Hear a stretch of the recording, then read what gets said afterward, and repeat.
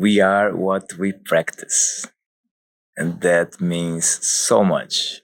If we practice being worried, our brain is wired to be worried more often. If we practice complaining, if we practice distraction, focus, anything that we practice, we become better at it. It's not just physical stuff like martial arts, drawing, or a hobby, or cooking. It's like anything, our habits, we cultivate habits and we get better at them. It became normal to live our lives nowadays, and it's not about being right or wrong. It's just the standard. And the standard is to be using our brain and receiving inputs all the time, multitasking all the time. We go for a run, but we also listen to music. We cook and we also listen to music. We go for a walk, we listen to a podcast. On the commute, always doing something not necessarily wrong.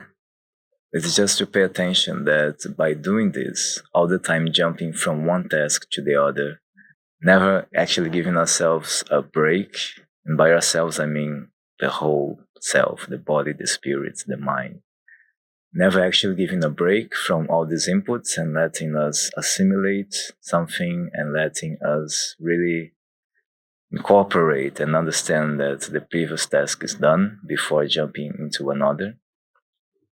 We are literally practicing and getting better at being distracted. And especially if we do that every day and we never take a time, for example, to meditate or do any other thing that brings us to be really present, it's really difficult to relax because we are practicing the opposite. And then naturally, we're going to be less able to focus. We're going to be more agitated, less able to relax, less able to just be still and do nothing. So this is just an invitation to, and also a reminder to pay attention to that, especially when we are moving from one task to the other, giving ourselves just a pause before doing something else. Commuting is a really good practice for that.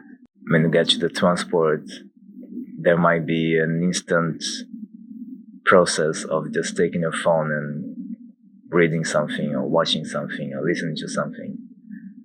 And this is not necessarily bad or good, but it's more about listening to the body. Like, do I really want music now? Do I need some time just to let my mind process everything that's been happening in the last hour or in the last day, in the last week?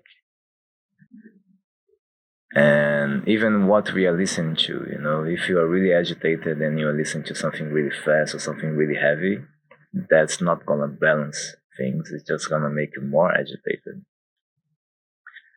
If, for example, you want to listen to a podcast during the day or on a commute after work, if you use your brain a lot and you are listening to a podcast that has a lot of information, healthy information, but still a lot, you might just be pushing your brain's ability to assimilate information.